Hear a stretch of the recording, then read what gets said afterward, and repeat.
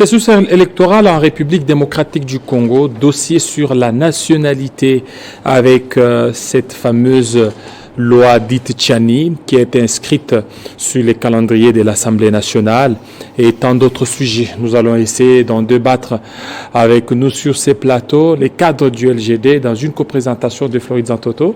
Bienvenue. Merci. Voilà, parmi les cadres, nous avons Aristote Chiboaba, bienvenue à vous. Merci beaucoup, très cher Jean-David. Émile Hassani, avocat, bienvenue.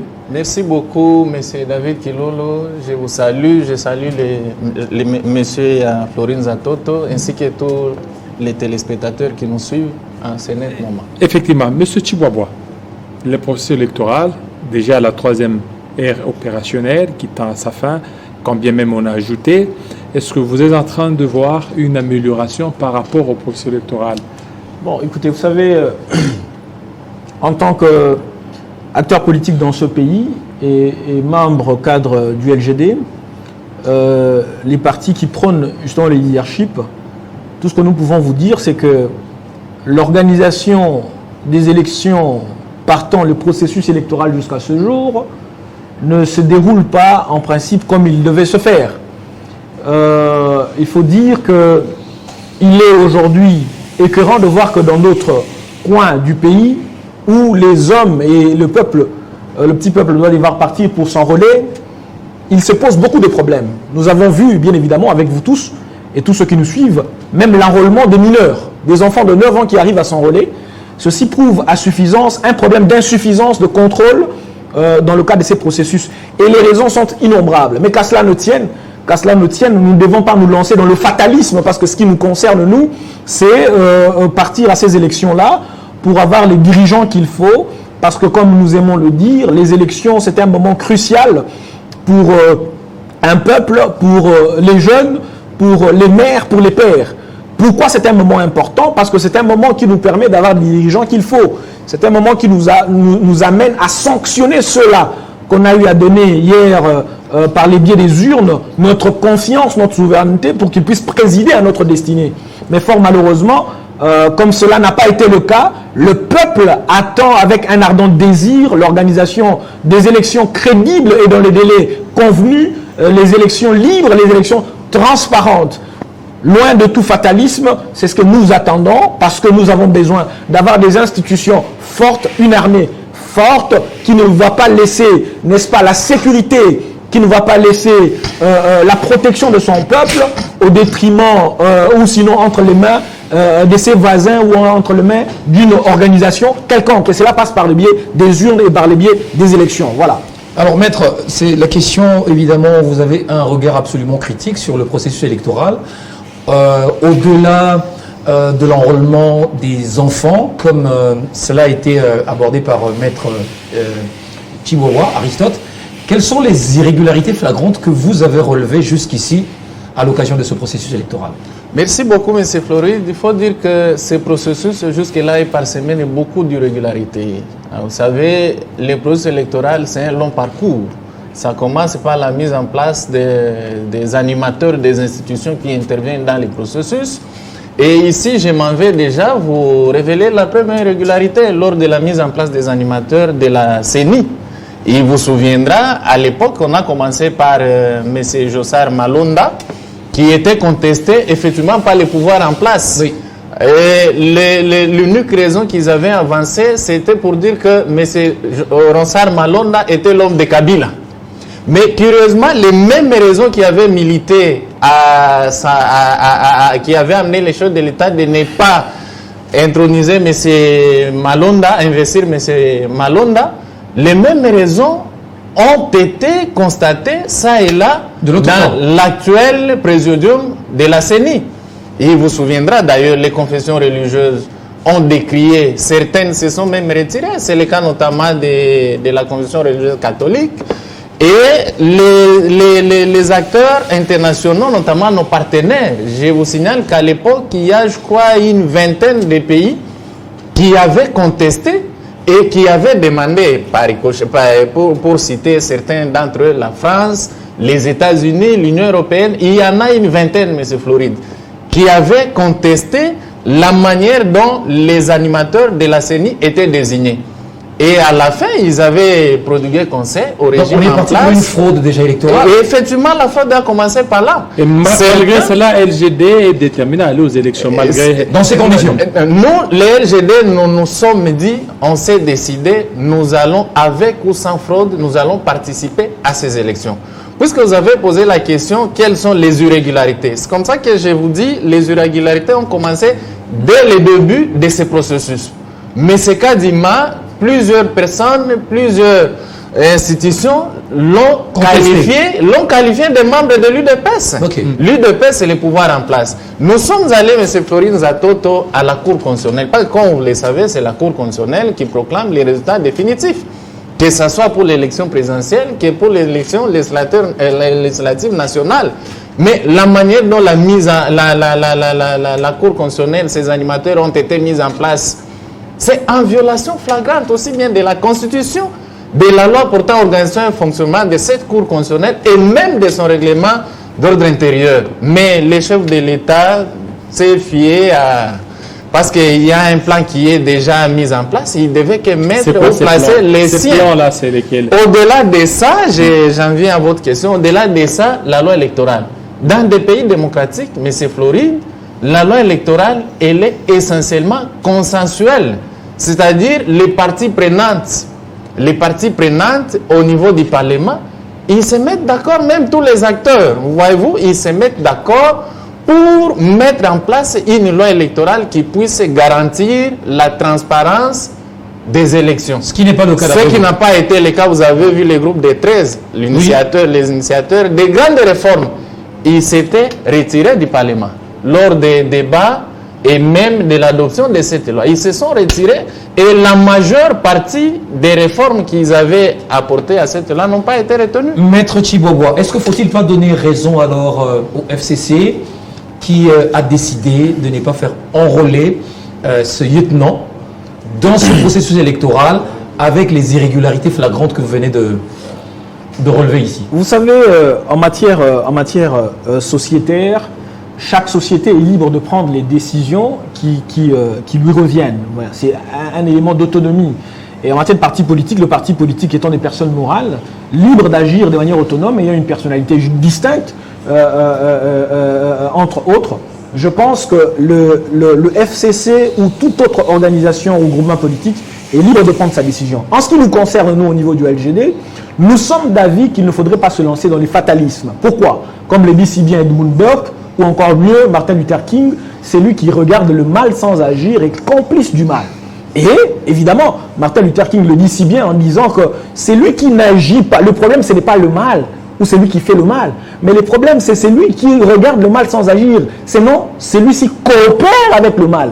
Nous ne voulons pas être taxés de complices du fatalisme, de complices du mal qui règne dans notre pays. Le pays est en train de partir, mourant ça et là, et nous sommes en train d'aller de mal en pis. Le peuple souffre, et pour avoir une vie paisible, bien évidemment, il faut qu'on aille à ces élections-là. Malgré les irrégularités, vous ne voyez pas que vous serez complice, vous savez, complice de ceux qui sont en train de frauder? Vous savez, si on ne part pas à ces élections, en d'autres termes, nous laissons le libre champ à ceux-là qui veulent boutiquer, prendre en otage toute une république, à prendre le pouvoir par d'autres mécanismes. Oui, mais donc, puisqu'ils ont mis tous les mécanismes de pouvoir tricher, même si vous y allez, c'est que vous allez les perdre en avance. Je vais vous dire, pour la petite histoire, vous savez, le pays dans lequel nous vivons aujourd'hui était hier sous la colonisation. Voyez-vous, il fallait qu'il y ait des gens qui puissent se lever comme Lumumba et dire non. C'est que quelle que soit la situation dans laquelle nous nous trouvons, il faudrait que les choses changent. Et pour que les choses changent, il faudrait que les hommes se lèvent. Et les grands hommes, les leaders, sont ceux qui savent changer la trajectoire de choses. Pour changer la trajectoire de choses, il ne faudrait pas qu'on se laisse dans les fatalismes. Il faudrait qu'on aille à ces élections-là. Parce que nous avons vu, même dans ce pays, certaines personnes organiser les élections, et même ailleurs en Afrique comme dans le monde, ceux qui ont le pouvoir organiser les élections alors qu'ils avaient l'armée avec eux, alors qu'ils avaient la Cour constitutionnelle ou le Conseil constitutionnel dans d'autres pays avec eux, et perdre dans ces élections-là. Le fatalisme, c'est ce que nous refusons, et nous demandons au peuple congolais de s'engager massivement, parce que imaginez-vous qu'on parte aux élections et que ceux-là qui veulent boutiquer les élections n'ont qu'un % de voix. Maître Hassani, Est-ce que cela peut changer? Voilà. alors au regard de tout ça, est-ce que nous sommes partis pour le respect du délai constitutionnel ou nous irons au-delà quand on tient également compte de ce que Kadima avait déclaré récemment, que les moyens financiers posent problème? Ben, jusque-là, nous en tenons à ce que dit M. Kadima. Et il a dit que dans son vocabulaire, il ne connaît pas les glissements, c'est-à-dire aller au-delà des délais constitutionnels. Et l'ensemble tout ne dépend pas de lui. Effectivement, tout ne dépend pas de lui. Il faut qu'on mette les moyens à sa disposition, c'est-à-dire à la disposition de la CENI. Et nous sommes convaincus jusque-là, parce qu'on ne va pas préjuger la mauvaise foi. Nous sommes très convaincus. Le président de la République ne peut pas se dédire. À plus d'une fois, il a déclaré haut et fort que les élections auront lieu dans les délais constitutionnels. Et une fois que les élections n'auront pas lieu dans les délais constitutionnels, la conséquence, elle est logique. Il n'y aura pas plus d'un jour à la tête de l'État, pas les chefs de l'État. Mais il partira, dialogue, les dialogues ne peut pas être prédit bien avant. Vous avez évoqué la question de la fraude. Vous savez que même la fraude a ses limites.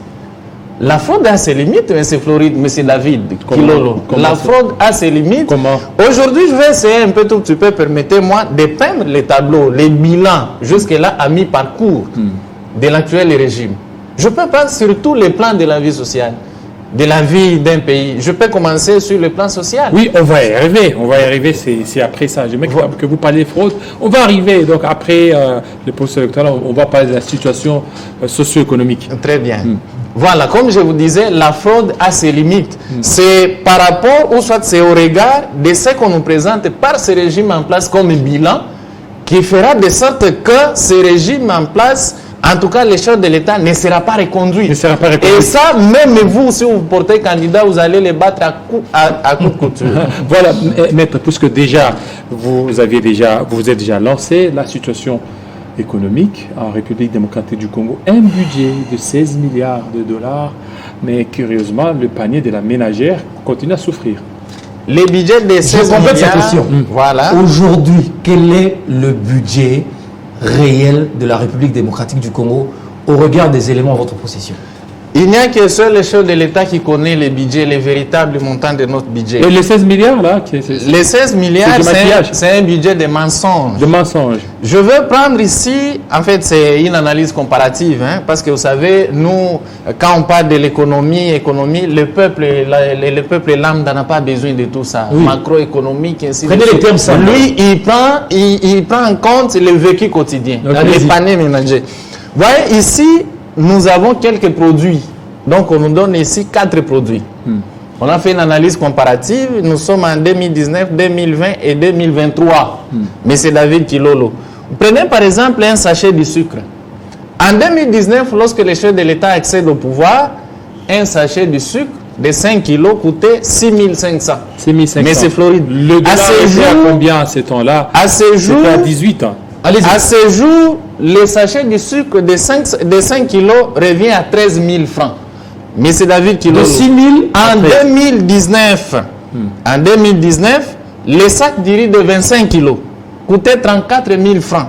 Et à ce jour, nous sommes à 54 000 francs. Monsieur David Kilolo, un bidon d'huile de 5 litres coûtait 11 000 francs. À ce jour, nous sommes à 36 000 francs. Monsieur Florine Zatoto, un sac de farine de maïs de 25 kilos coûtait 28 000 francs. À ce jour, nous sommes à 38 000 francs. Dites-moi, les chefs de l'État, j'ai suivi une fois sa sortie médiatique Top Congo. Il dit, bon, il s'adressait à Lingala, il s'exprimait à Lingala. Il dit, mais cette population, bayango, est-ce que vous pensez que la population peut porter sa voix à celui, et moi, je paraphrase les chefs de l'État. Même si ces peuples congolais ici étaient dupes, même si ces peuples congolais étaient analphabètes, il n'y a aucune raison qui puisse amener le peuple congolais à accorder un second mandat au chef de l'État. Prenons sur le plan sécuritaire. Les chefs de l'État, quand ils accèdent au pouvoir, l'affaire M23 était déjà terminée. Mais au jour d'aujourd'hui, la RDC est coupée ou amputée de certaines parties de son territoire national. Non, comment ça, vous êtes amputer, bien comment informés pour le amputer, parce savoir. qu'il y a les forces de l'EAC qui sont là, et puis ils sont en train de tout faire pour que l'M23 soit cantonné au niveau du Mont Sabinho. Quand les chefs Une de avancée. l'État accèdent au pouvoir, le M23 n'était pas sur notre territoire national. Et M. Willy Ngoma, c'est comme ça qu'on l'appelle, le célèbre Willy Ngoma, est passé à faire une sortie médiatique qui n'a jamais été contredite. Les terroristes. Et il dit qu'ils étaient de l'autre côté, au Rwanda, Ouganda, Burundi, ils ont été invités par le pouvoir en place pendant qu'on n'était pas en guerre. Et ils ont été logés ici dans des hôtels plus huppés de la place. Ils ont été traités comme des rois. On ne sait pas pour quelle finalité. Et ils ont des accords, comme quoi, selon lui, M. Willy Ngoma a dit qu'ils avaient des accords, comme quoi ils devaient intégrer comment on appelle ça, les bataillons de la sécurité, le chef de l'État, ainsi de suite. Et quand on a commencé, le chef de l'État a dit qu'il n'avait pas le temps pour négocier avec les terroristes, parce qu'on les appelait les terroristes, les Rwandais. Mais à ce jour, je vous informe qu'ils ont trouvé déjà apparemment un compromis.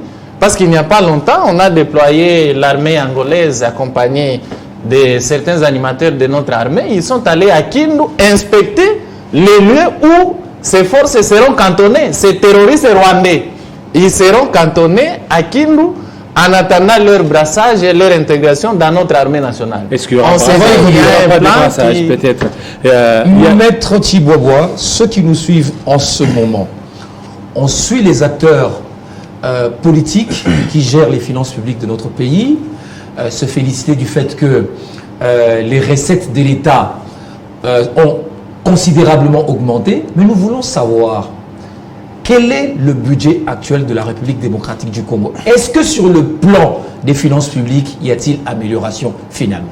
Merci beaucoup, très cher Jean-David, très cher Floride Zantoto. Vous savez, l'économie ne trompe pas. L'économie ne trompe pas. C'est-à-dire? Et donc, il ne suffit pas de dire qu'on a 16 milliards. Cela doit se faire ressentir, notamment dans le panier de la ménagère. J'aimerais sortir une petite phrase qui me vient à l'esprit. C'est que le ventre n'est pas parti à l'école. Le ventre ne part jamais à l'école. C'est-à-dire que le ventre ne connaît pas d'autre langue que la langue, le fait de manger. Oui. Vous pouvez beau dire qu'on a 16 milliards. Vous pouvez citer toutes les phrases du monde et tous les grands auteurs. Mais lorsque les chiffres que vous avancez n'a pas du répondant dans le vécu quotidien de la population, cela n'est que des chimères. Donc c'est faux les 16 milliards. C'est de la poudre aux yeux. Tout simplement. Les 16 milliards, c'est faux. Mais nous avons été dans ce pays, j'aimerais partir également dans une petite étude comparative. Oui. Dans ce pays même, nous avons assisté, nous avons assisté vers les années 2012 à 2015, lorsque le président national de mon parti, le camarade Matata Ponyo Mapon, était Premier ministre dans ce pays. Nous avons assisté à un pays qui était géré sous un budget de 4 milliards de dollars. Aujourd'hui, nous avons un budget de 16 milliards. Qu'est-ce qui a été fait? Permettez-moi de faire cette petite étude comparative rapidement. En 2012, le taux d'inflation en termes de pourcentage était de 2,7%. 2012. En 2012. En 2013, le taux d'inflation était de 1,7%. En 2014, 1,3%. Et en 2015, à 0,8%. En 2015. En 2015. Ça veut dire que la situation s'améliorait. Une amélioration que ce pays n'avait jamais connue. Du taux d'inflation. Du taux d'inflation. Nous sommes en 2019. Le taux d'inflation est de 4,6 milliards de dollars. Et 4,6%. Nous sommes en 2020, c'est à 15,8%. Taux d'inflation. Où vous tirez ces chiffres? Mais les chiffres ne mentent pas. Allez-y. Nous sommes en 2021, le taux d'inflation est de 5,3% et aujourd'hui c'est à 13,1%. Là c'est le taux d'inflation. Je suis au niveau du taux d'échange. Oui. Le taux d'échange en 2012 était de 930. Donc avec 930 francs, vous avez on avait 10 dollars. 1%. Un dollar. Avec 9300, on avait 10 dollars. 10 dollars. 9300. Ça c'est en quelle année? Nous sommes en 2012. 2012. Et en 2013, le taux d'échange était de 9380 francs pour 10 dollars. En 2015, nous sommes pratiquement au même taux. Un peu plus bas encore, c'est 9 360 francs congolais pour 10 $. 2015. 2015. Il est Premier ministre alors. Il est Premier ministre à cette époque. Oui. Nous sommes maintenant en 2019, cher Jean-David Kilolo, cher Floyd Sonzoto. Le taux de dollar est à 1659. 1659 pour 1 $. Donc 16 590 francs congolais pour 10 $. Arrivé en 2020, le taux de dollar va encore grimper à 1745 francs congolais pour 1 $, donc équivalent à 17 450 francs pour 10 $. En 2020, comme si c'était égal à l'année, en 2020 ou 2021, c'est à 2020 francs congolais pour 1 $, et donc à 20 200 francs congolais pour 10 $.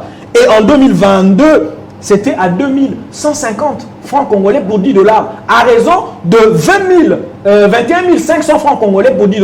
Aujourd'hui où je vous parle, le taux de dollar a grimpé à pratiquement 23 500 francs congolais. Je viens de changer un peu d'argent que j'ai eu quelque part par un bienfaiteur. Vous comprenez que 23 500 francs congolais pour 10 $, alors qu'à l'époque de Matata, nous étions pratiquement à 9 300 francs congolais. Donc cet argent-là, à l'époque de Matata, était pratiquement 22 $. Donc si je comprends bien, la situation s'est Si je détériorée. comprends bien, Et avec le 4 milliards que nous avions eu, Oui. à cette époque-là, eh bien, nous avons su maintenir le taux d'échange, nous avons su maintenir les taux d'inflation et même les taux d'inflation qu'on n'avait jamais connus. Les soldes budgétaires que ce pays n'avait jamais connus n'a été qu'à l'époque de Matata avec le 4 milliards de dollars. 4 milliards. 4 milliards. Aujourd'hui, on nous parle de 16 milliards de dollars. 16 milliards de dollars, pour quel prix de transport? Pour quel prix de transport? Pour quel prix du pain? Pour quelle taille du pain? Pour quel prix du poisson? Mais avec beaucoup d'inauguration, 16 milliards. Quelle inauguration? On a inauguré un hôpital moderne, de la garde J'aimerais républicaine. revenir sur un élément de langage, rapidement, que vous avez tout à l'heure cité. Vous avez parlé par exemple de la sécurité, si je n'abuse de ma confiance, de notre pays. Ça veut dire, ce pays est aujourd'hui sécurisé, si je n'abuse de ma confiance.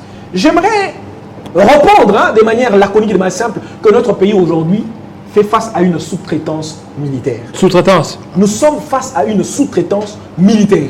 Un grand pays comme le nôtre vit sous une sous-traitance militaire. Et une sous-traitance qui vient de nous, qui vient non seulement pas de nos voisins, certains verraient que nous qualifions d'ennemis de la République, mais qui viennent même d'une organisation régionale qu'on appelle l'EAC, que nous avons adhéré à tout voix et à tout venu. Aujourd'hui, c'est l'EAC qui gère nos frontières. Aujourd'hui, c'est le Rwanda qui se renseigne sur nos militaires. Une petite information, au niveau de l'EAC, c'est le Rwanda qui détient le renseignement militaire de cette organisation. Vous savez, L'EAC. c'est le Rwanda qui détient le renseignement militaire de l'EAC. Ceci dit, eh bien, au-delà du fait que le pays est sous traitance militaire, le Rwanda sait se renseigner sur tout ce que nous pouvons faire pour la sécurité de ce pays, de ce coin de ce pays. Mais nous les appelons à un moment donné ennemis, à un moment donné frères, parce que comme vous êtes sans ignorer, le président de la République a tout bonnement invité Kagame ici dans ce pays et l'appelait frère. Et du jour au lendemain, l'appelait ennemi. Donc je pense... Mais vous êtes des voisins, vous êtes des pays frères. Donc je pense, Oui, pour oui, finir, oui. donc je pense que la sécurité de ce pays ne doit pas être laissée entre les mains du Rwanda, ni entre les mains d'une organisation régionale, fût-elle l'EAC ou tout autre. Maître Hassani, votre président national a eu le privilège d'être ministre des Finances de ce pays, Premier ministre, mais actuellement, il est patron d'un cabinet d'études économiques. Ça veut dire qu'il vend des idées, qu'il fait des études. Mais pourquoi pas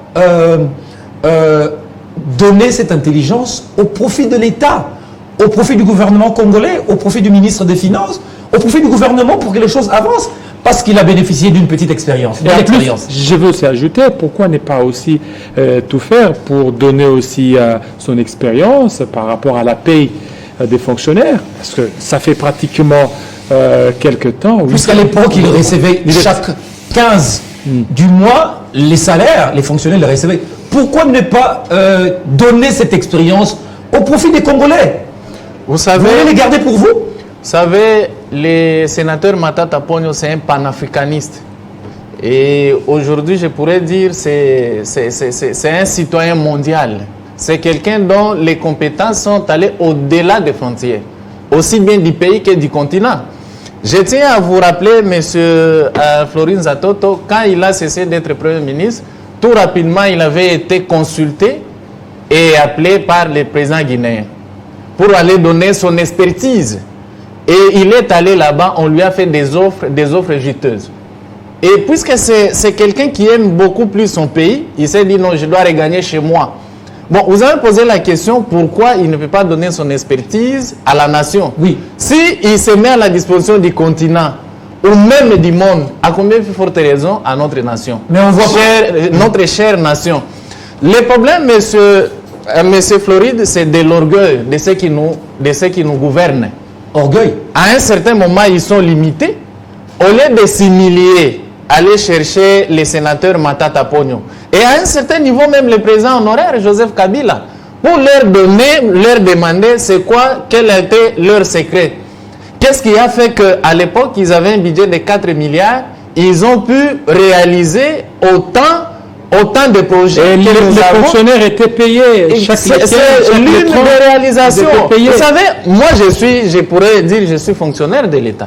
Je suis enseignant à l'université de Kinshasa. Oui. Mais jusqu'à ce jour, on ne nous a pas encore payés. Aujourd'hui, nous sommes les neufs. Vous n'avez pas encore Nous ne sommes pas encore payés. Les agents et fonctionnaires de l'État, nous ne sommes pas encore payés. Et aujourd'hui, nous sommes les neufs. Alors qu'à l'époque de M. Matata Pogno, avec un budget de 4 milliards de dollars, on nous payait chaque les 20. Pas les 30, chaque les 20. Et chaque les 20, il a bancarisé les salaires. Parce que vous vous souviendrez, c'est parmi ces grandes réalisations. À l'époque, on payait l'argent de main à main.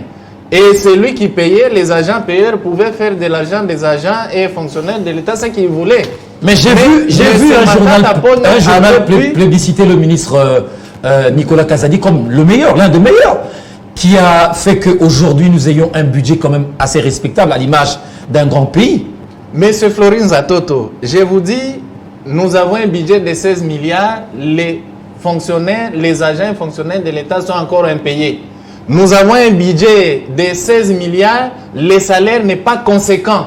Imaginez quelqu'un qui touche, bon, les salaires peut-être c'est un secret, il y en a qui touchent 100 000 francs congolais, M. Florin Zatoto. À l'époque, 100 000 francs, ça représente quoi? 240 000 francs. Parce que, vous voyez, la conséquence d'un budget de 16 milliards. Si à l'époque, un fonctionnaire touchait, prenons 100 000 francs, à un budget de 4 milliards, quand nous avons un budget de 16 milliards, c'est que ça sera 100 000 francs x 3. Oui. Donc c'est ça la conséquence logique. Ça veut dire que les salaires ont aussi augmenté. x 4, celui qui touchait 100 000 francs, il va toucher 400 000 francs.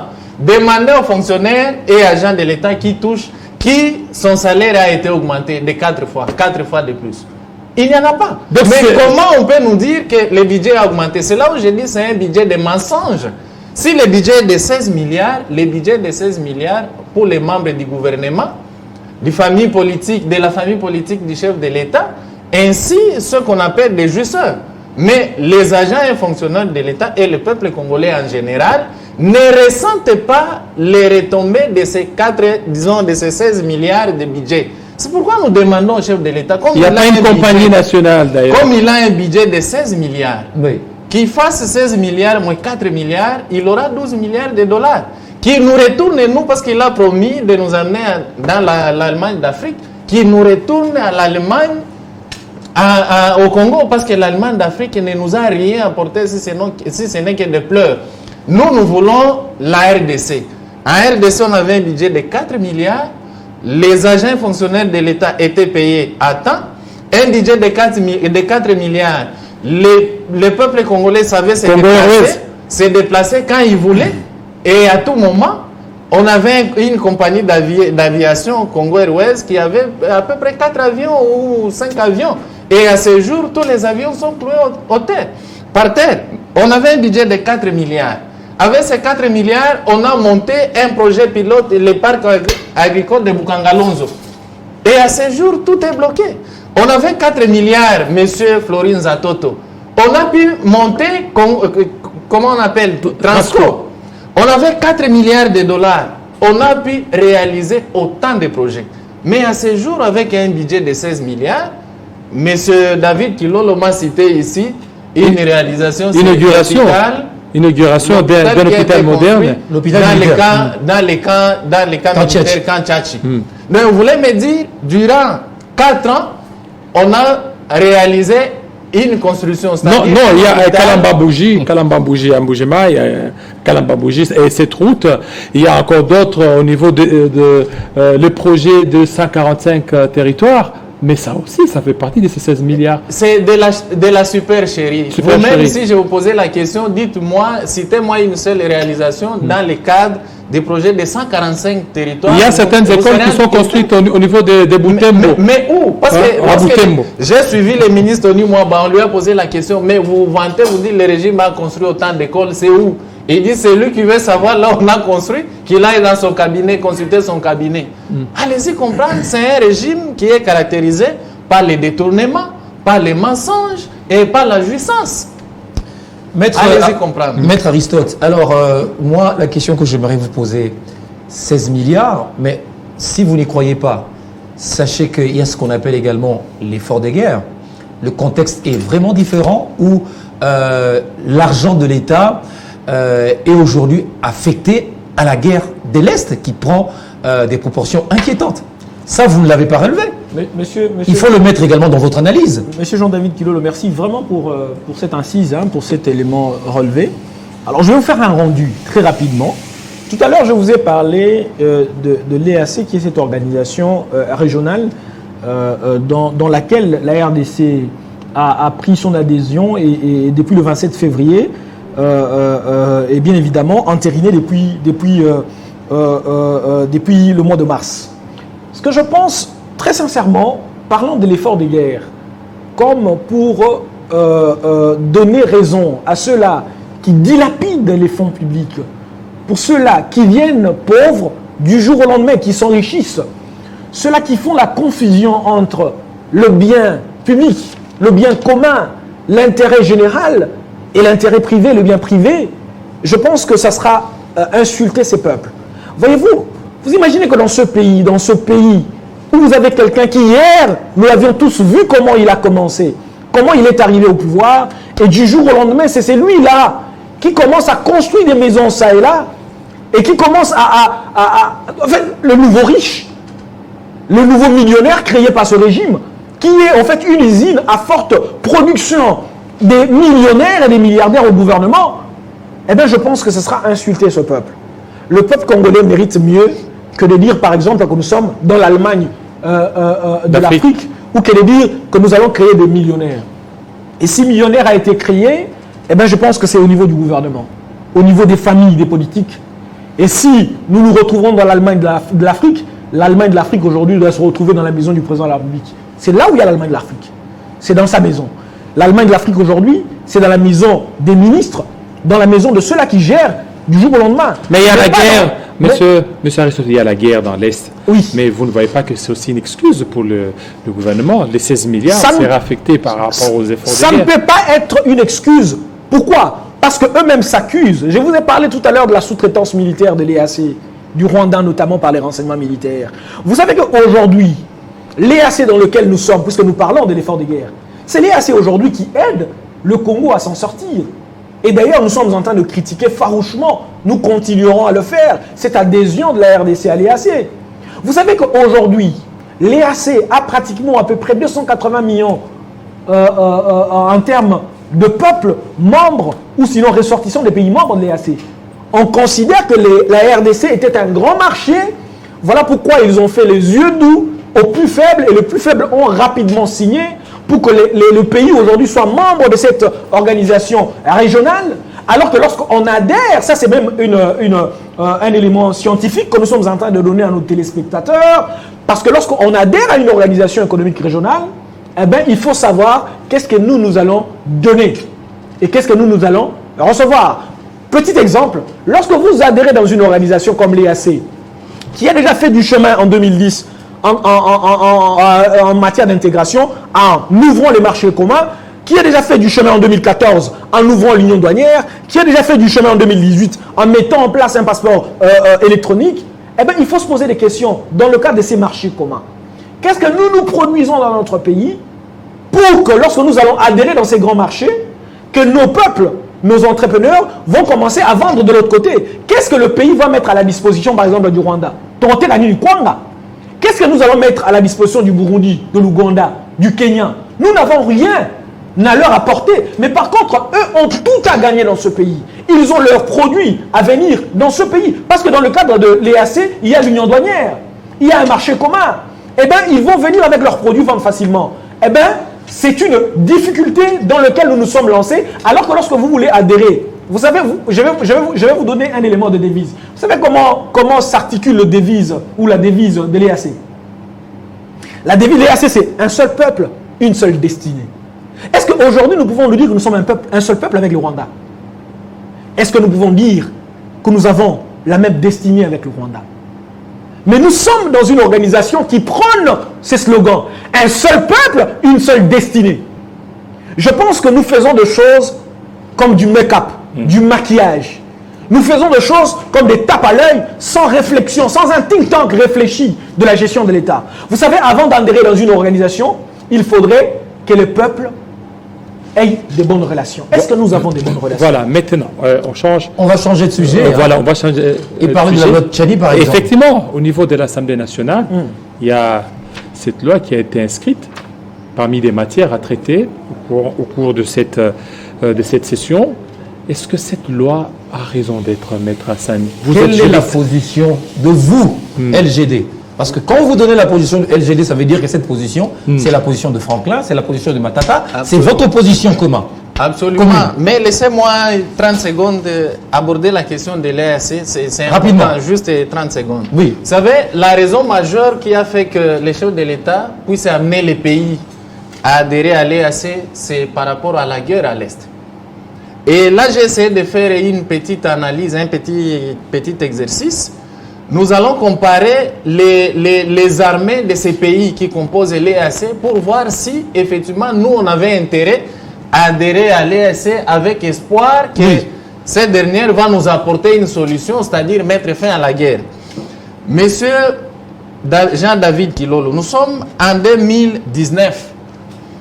Le Soudan, parce que le Soudan est membre de l'EAC, est à la 8e position en Afrique.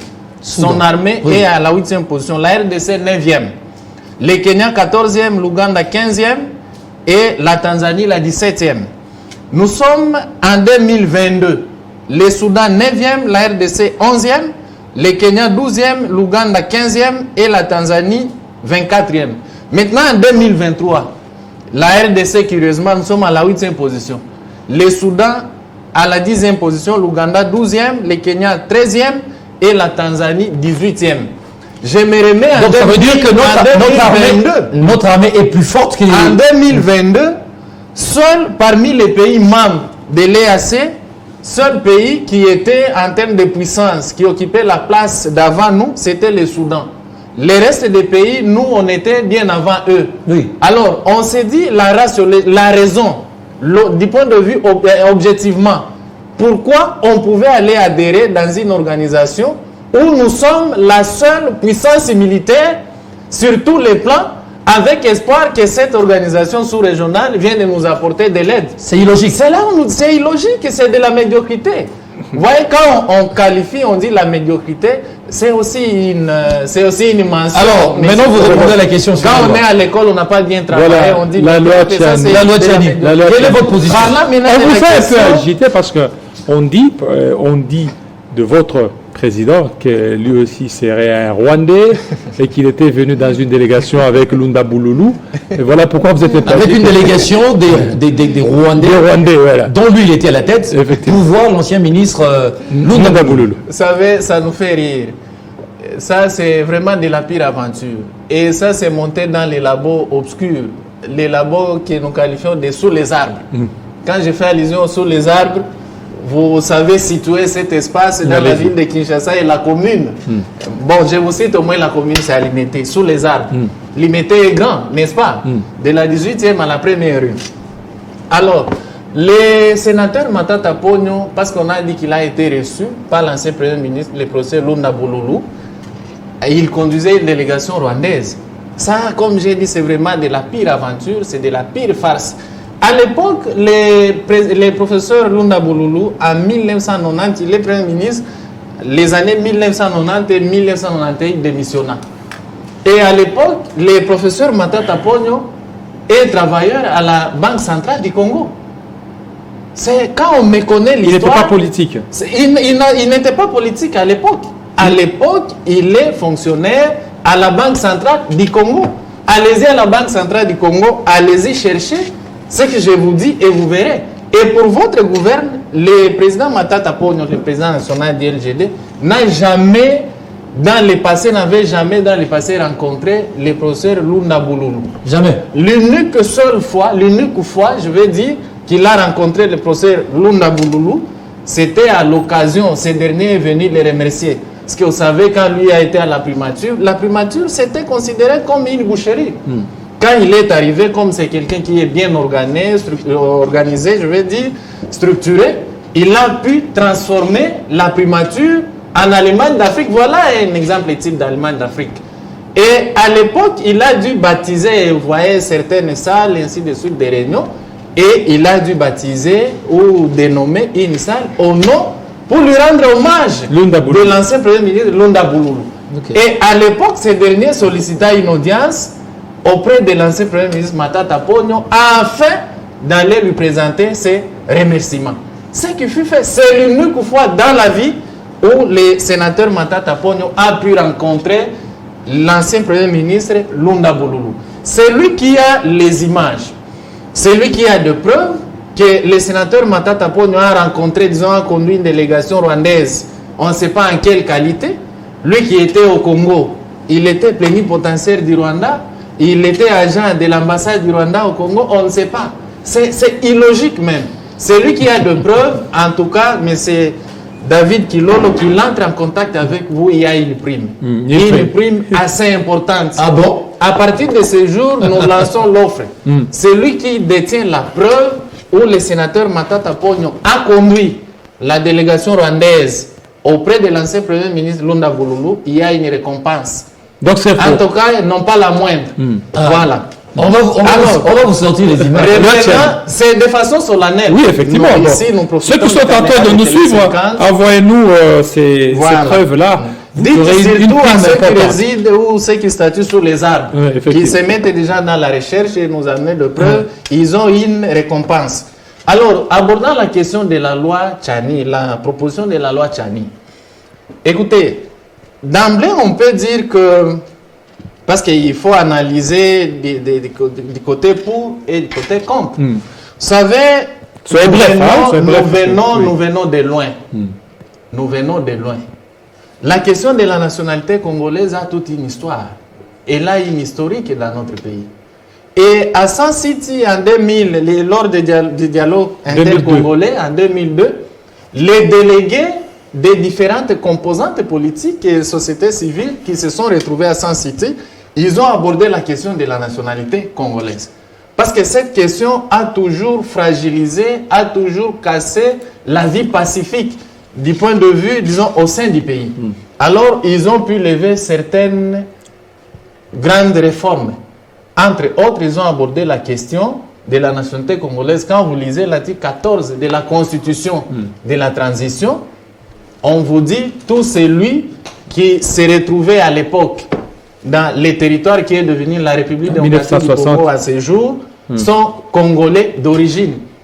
Sont aussi congolais d'origine, c'est l'article d'ailleurs 10 de notre constitution actuelle, sont encore congolais d'origine, ceux qui sont nés des parents, de l'un des parents congolais. Voyez-vous? Et lorsqu'on aborde la question électorale, c'est à l'article 72 de la Constitution, hormis la loi électorale, on vous dit qui peut être candidat président de la République. Parce que cette loi vise une certaine catégorie. On sait, ce n'est un secret de polichinelle. La personne qui est visée, même vous la savez ou vous la connaissez. Alors, on vous dit, tout celui qui a des parents, un des parents est congolais, il est congolais d'origine. Et la Constitution dit à cette personne-là, si elle veut briguer la magistrature suprême, libre à elle. Ce qui revient à dire, M. Jean-David Kilolo, à ce jour, cette proposition de loi ne passera pas. Pour qu'elle passe, on doit réviser la Constitution. Et chez nous, en droit, nous disons c'est in tempore suspecto, c'est en latin. Ça veut dire c'est un temps suspect. Dans un temps suspect. Et en plus, le processus est déjà en cours de plusieurs mois ou même années. Alors, on ne peut pas changer les règles de jeu en plein jeu. En plein, oui. Si on doit réviser, en tout cas, et l'État congolais ça est sous c'est état pas de un siège raisonnement juridique cohérent. Si on doit réviser, si ça passera, je ne vois pas comment ça pourra passer, ça pourrait être du forcing. Ça ne pourra pas concerner ces processus électoraux actuels. C'est pour l'avenir. C'est pour l'avenir. Merci. Mais moi, j'aimerais poser, parce qu'on nous dit que nous sommes pratiquement à la fin, mais cette question-là, ça veut dire que c'est une position du LGD, la question à laquelle vous avez répondu, mais j'aimerais quand même avoir votre avis par rapport à ce gouvernement, les changements qu'il y a eu au sein du gouvernement Sama 2, avec l'entrée des poids lourds, Jean-Pierre Bemba, Vital Kamerhe, Moussa Niamoussi. Est-ce que vous estimez que c'est pratiquement la remontada pour Félix Tshisekedi, pour que les choses puissent changer? J'aimerais répondre directement à votre question, mais je fais un rebond en arrière dans 10 secondes. En fait, en matière de nationalité, comme mon confrère vient de le dire, le pays dans lequel nous sommes établit des mécanismes, ça va, d'acquisition notamment de la nationalité congolaise. Comment est-ce qu'on peut être congolais? Et les mécanismes sont établis, c'est notamment par le fait de ius sanguinis, par le lien du sang, ça peut venir du père ou de la mère. Et il y a également le ius soli, ça c'est pour ceux qui nous suivent, le fait de naître également sur ce territoire, on est congolais. Mais maintenant, la question majeure, c'est de savoir, est-ce qu'il est important de procéder par la modification non pas de la nationalité congolaise, puisque la loi Tchani, je ne pense pas que ça parle du changement de la nationalité congolaise, mais plutôt du fait de maintenir un certain nombre de postes à des Congolais d'origine, tout simplement. Je pense que l'idée peut ne pas être bonne, mais l'essentiel, c'est l'intention, l'animus qui est derrière la prise de cette proposition de loi. Et je pense que c'est une sorte d'animus décandis, c'est une intention de nuire, et de nuire visiblement à certains candidats. Comme Moïse Katoumi, par exemple. Mais qu'à cela ne tienne, on ne peut pas modifier les règles de jeu pendant le jeu. Il l'a dit. Les jeux électoraux a déjà été lancé. Vouloir modifier la loi, notamment qui porte sur la nationalité congolaise, voudrait dire tout simplement que nous voulons écarter un certain nombre de personnes que nous pensons fort. Maintenant, je reviens à la question du gouvernement, notamment Sama Lukonde 2. Puisque vous avez parlé d'une sorte de remontada, puisqu'il y a de poids lourds. Vous avez parlé de Jean-Pierre Bemba, vous avez parlé notamment de Vital Kamerhe. J'aimerais vous dire que ça, c'est comme une sorte de fusion, mais des fusions, non pas acquisition, mais de fusion-absorption. Et c'est le peuple qui va devoir perdre. Ils se sont fusionnés, mais pour des besoins sociétaires. Parce que par après, quand on arrivera au moment des échéances électorales, ils vont nous dire qu'on n'a pas eu beaucoup de temps d'agir. Ce n'est pas une parole prophétique, ce n'est pas ce que je veux pour mon peuple. Mais je vous prédis déjà que dans quelques jours, lorsqu'on sera à l'approche des élections, et nous allons remettre cette image, ils nous diront qu'ils n'ont pas eu assez de temps. Ils nous demanderont qu'on parte au dialogue. Ils nous demanderont que les élections, on ne peut pas les organiser dans ces conditions parce qu'il y a la guerre. Parce qu'on n'a pas assez de moyens. Mais peu importe les mécanismes qui vont être mis en place concernant ces gouvernements, puisque nous voulons les élections autant convenu, c'est que ces gouvernements n'est qu'un gouvernement taillé sur mesure par un certain nombre de sociétaires qui veulent se satisfaire, et nous serons non pas dans une sorte de fusion, parce que le président de la République certainement lui pense qu'il sera dans une sorte de fusion, acquisition de ces grands poids lourds. Mais par contre, j'estime, à mon humble avis, que nous sommes en face d'une fusion absorption. Merci beaucoup, M. Aristote. Merci beaucoup, Maître Hassani. Merci beaucoup à vous, Claude Zantot. Mais une petite question pour terminer. On a déjà fini. On a fini. Où serait Manix Iyenda? Manix Iyenda, c'est une très belle question. Vous savez, ce pays a ce qu'on appelle l'ANR, l'Agence nationale de renseignement. Malheureusement, je n'y fais pas partie. Ce qui laisse entendre que dans ce pays, Manix Iyenda, suivant le dire, pour certains, aurait été arrêté et qu'il serait par exemple à l'ANR. Certains ont dit qu'il était à Makala. Moi, en tant qu'avocat, je suis parti à Makala pour chercher si mon frère y serait. Mais malheureusement, je ne l'ai pas trouvé. Ce n'est pas Matata qui serait derrière cette arrestation. Matata n'a ni le pouvoir judiciaire entre ses mains, ni le pouvoir exécutif entre ses mains, ni le pouvoir législatif. Ce sont ceux qui gèrent. Et c'est pas qui ont Franklin le Chamala, pouvoir. monsieur Hassani, Franklin Chamala. Pas du tout. Ça veut dire qu'il y avait des brouilles entre Franklin Je ne savais Chamala, pas que le parti politique avait également Franklin Chamala et Manix. la gestion de l'armée. Non, et pas de la du police. tout. Nous sommes de l'opposition, on n'a pas la même mise sur les institutions du pays. Comment M. Franklin Chamala peut faire arrêter quelqu'un? Et Encore que le pouvoir en place il voudra sauter sur l'occasion pour fragiliser notre parti Ce n'est pas davantage. M. Franklin Chamala qui a dit Malo de Coton. Donc la logique pas lui. elle-même veut à ce que ça ne soit pas, en tout cas qu'on ne vise pas les LGD dans cette Dans tout histoire. ça. Mais nous compatissons avec notre frère. merci. Merci beaucoup, fidèles téléspectateurs. Vous avez suivi cet échange houleux avec les cadres du LGD. Merci. Restez branchés sur Télé 50. À très bientôt.